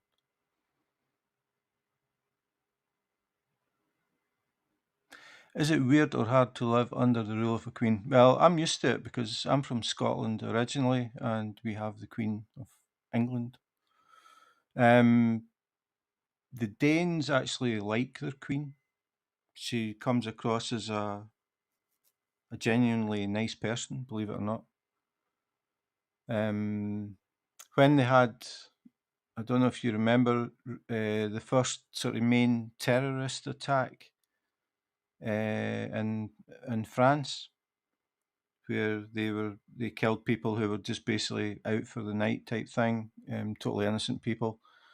After that happened, the Queen of Denmark left the royal palaces and walked down Stroll, which is the main pedestrian street in Copenhagen, without any security guards at all. She just walked down the street. She never made any political statement. She never tweeted anything. She never said anything. She just walked down that street in the daytime with people around, and had no security. And the point she was trying to make was that anybody or everybody should have the right to feel safe to walk in public. You would never see the Queen of England do that. and I doubt if you would see any American president do that. So she made a point, but she didn't tweet it like some people.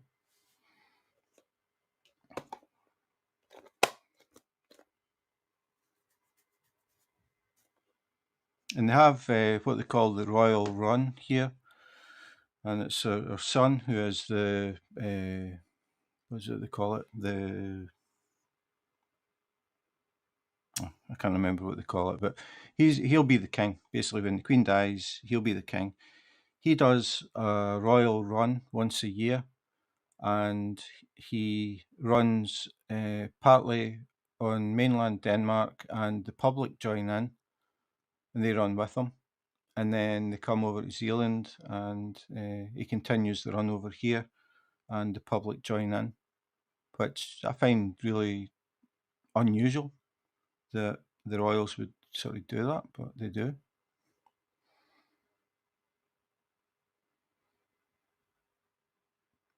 The police and government let her go that, let her do that.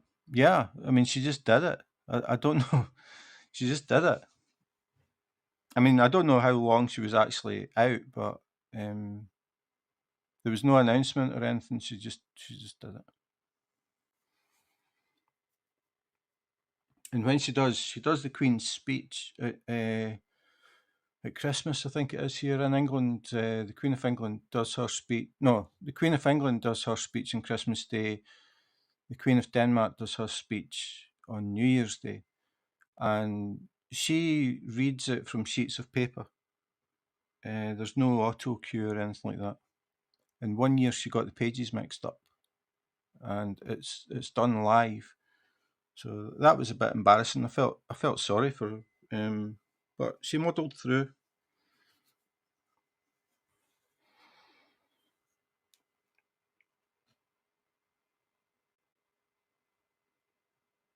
I think you guys were in here when I mentioned it. I did a Periscope when it was the Queen's. I forget which it is now, but it was the Queen's 75th birthday or something, and I went to the Royal Palaces and did a Periscope, and I was basically right in front of the balcony. It's really different here. Like if you were in the UK, you would never get near Buckingham Palace where the Queen is, but in Copenhagen you can walk right up to the building. It's weird. I mean, they've got guards, but like they're dressed up like toy soldiers sort of thing. They've got the big black bearskin hats and all that stuff. But I mean, they do have guns, but you can get really close to the palaces.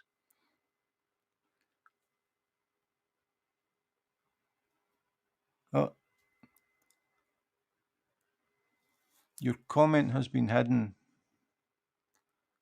by our spam vulgarity bot and is only viewable by moderators. Okay, I'm going to click on it, see what you wrote.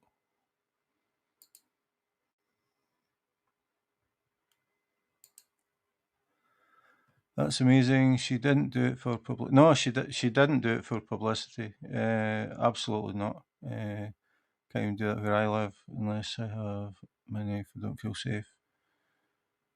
Yeah, I think it was maybe that next sentence that got. Even then, it's not vulgar, but yeah.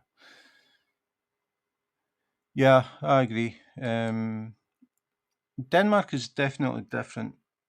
I mean, we've got cycle lanes all over the city. You can cycle everywhere and anywhere. A lot of people who work in the city cycle to work and cycle home.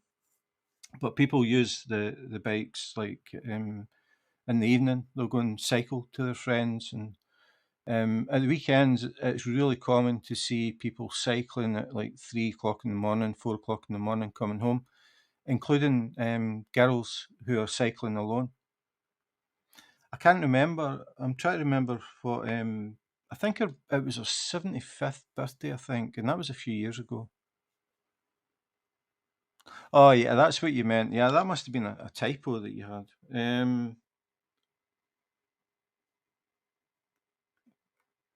I can't remember. I'm googling it.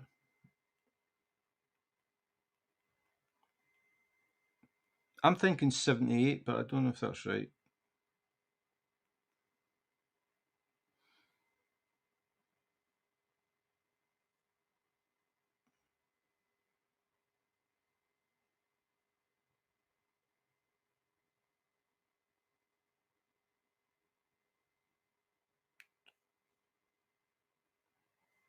She's 8-1. So I was way out.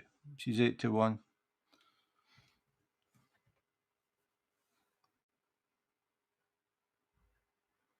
I can't. I can't even remember. But I was on Periscope at the time. That was a while ago. It was me.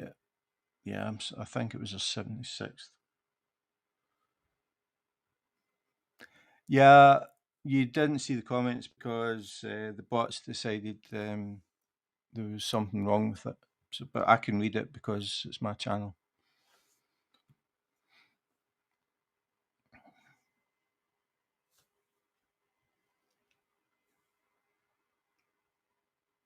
Okay, next color.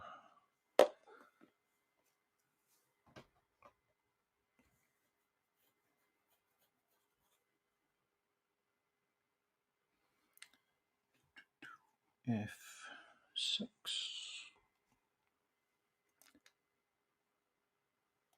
Well, it was when that first Paris attack was. Deduct that. I can't remember when that happened. I mean, it was relatively recently. I remember the French embassy. The street was just covered in flowers. People taking flowers. Actually, had to close the street because it was just covered in bouquets and people leaving flowers.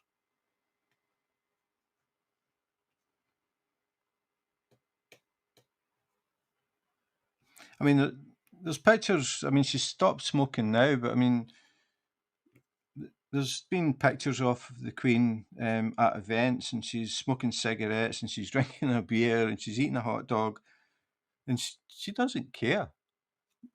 I mean, she's just another person, sort of thing, even though she is the Queen. And I think that's why people like her.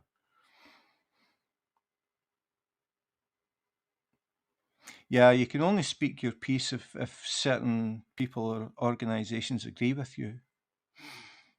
I never set up anything in this. That automated thing is just built in. I never set anything.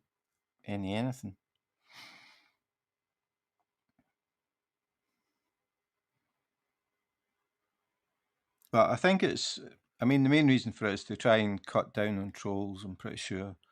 I mean, I remember the trolls from Periscope. Again, never really bothered me. I just wouldn't answer them, just ignored them, or eventually I would block them. It just depends what mood I was in, but they don't bother me.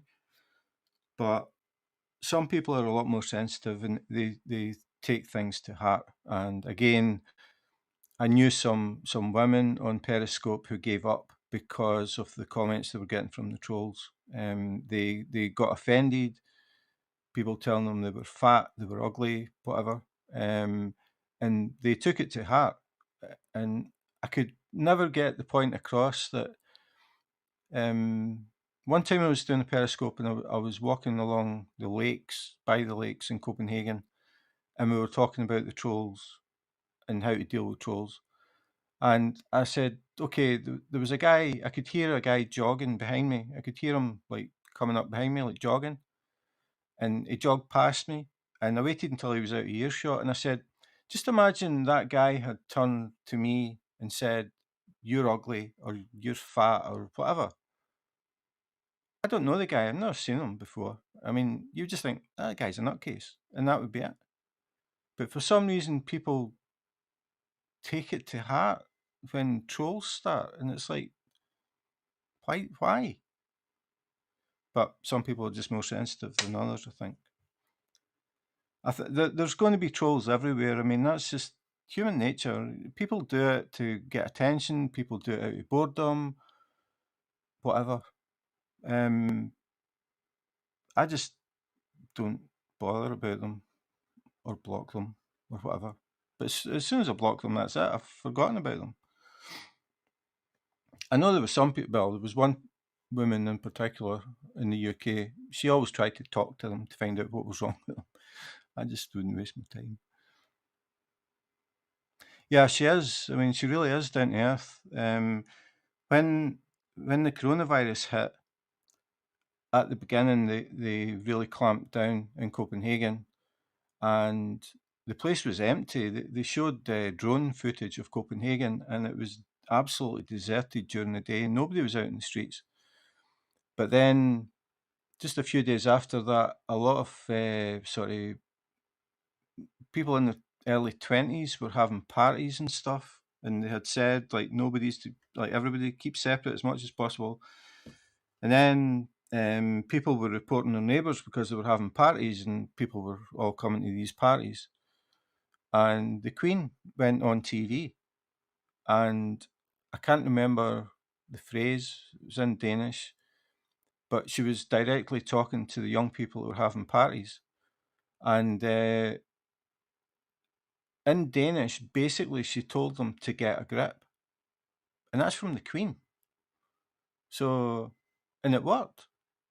It worked. The party stopped. So people respect her. And I think that's good. I mean, whether you should have a queen, whether you should have a president, whatever, I don't know. I don't really have that much an opinion on it. But she does seem like a genuinely nice person. If you block them, yeah, that's I had a guy in Periscope.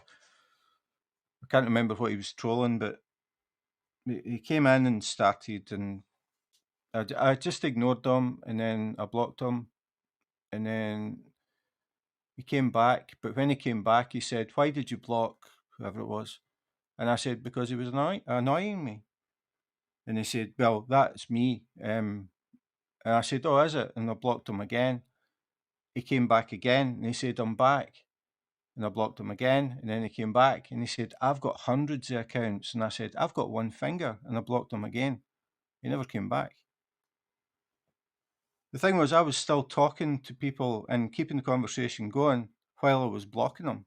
Like, I was doing it without getting involved with him. It's like it only takes me a click, and you're out, and that's it. Forgotten. I'm quite happy to sit and click. But that's just human nature. You're always going to get them.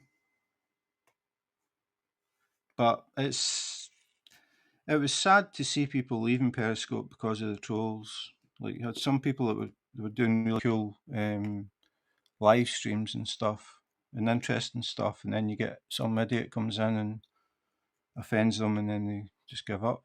But it's not because it was one troll; it's because they get it again and again and again, and then they think, "Why am I even wasting my time doing this?" Which I totally understand.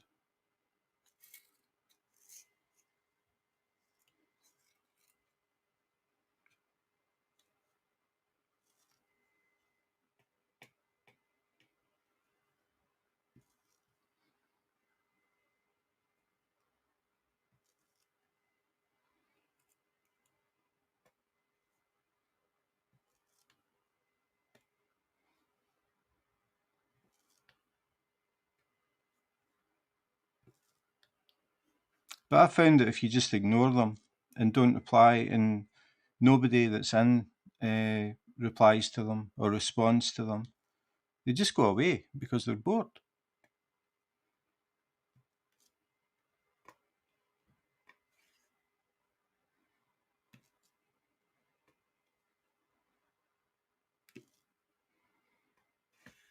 Anyway, I think I'm going to head off. How long have I been on? 2.5 hours.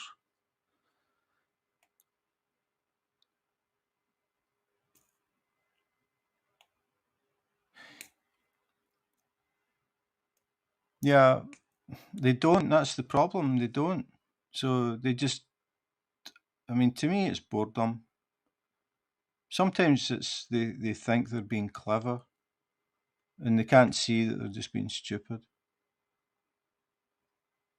But sometimes you get a troll in who is actually funny. I've had that happen before, where they make a comment and they try to be smart, and then I make a comment back, and then they try again. And I've actually had some trolls that ended up actually being okay, but at times the sense of humour was sharp, which would offend quite a lot of people, I think.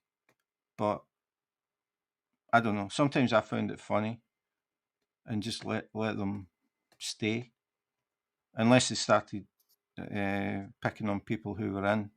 That's different. I don't like people trying to upset people that are in.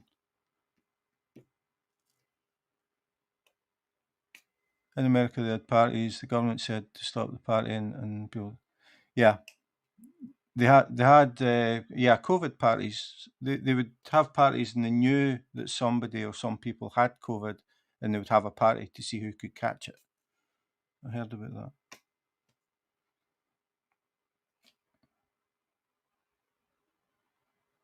I think what happened. Well, I remember some of the parties anyway. What happened was the neighbours complained, and the police went, and they went in and took all the like the speakers away and all the stuff from playing music.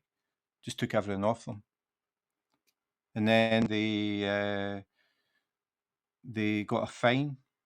I forget how much the fines were, but they could fine you on the spot. So that stopped things pretty sharp, because most of them were students, had no money, and then when they got a fine, they were struggling to pay it, so they couldn't buy beer. So that was a disaster for them.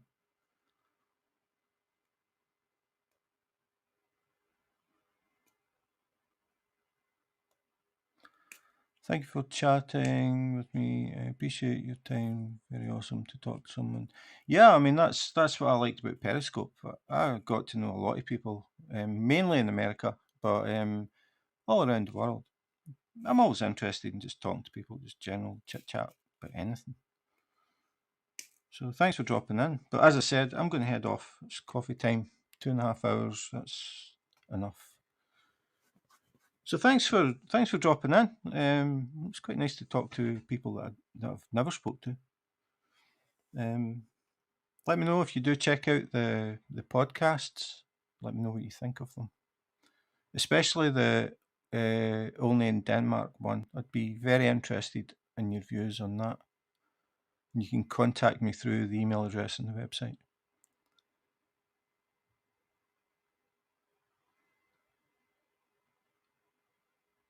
Yeah, there's a woman in the UK who diamond paints, and she actually has a business. She sells bits and pieces, equipment and things for diamond painting. Her mum died very recently, like within the past month. She was just suddenly taken into hospital. They found out she had COVID, and she was dead within 2 days. So, and I've got an ex-colleague of mine who caught it as well. He got very ill, but he actually survived. He'll be creeping. Okay, so thanks for dropping in, guys. Really appreciate the chat. It's been fun. So, in the meantime, take care. Be safe.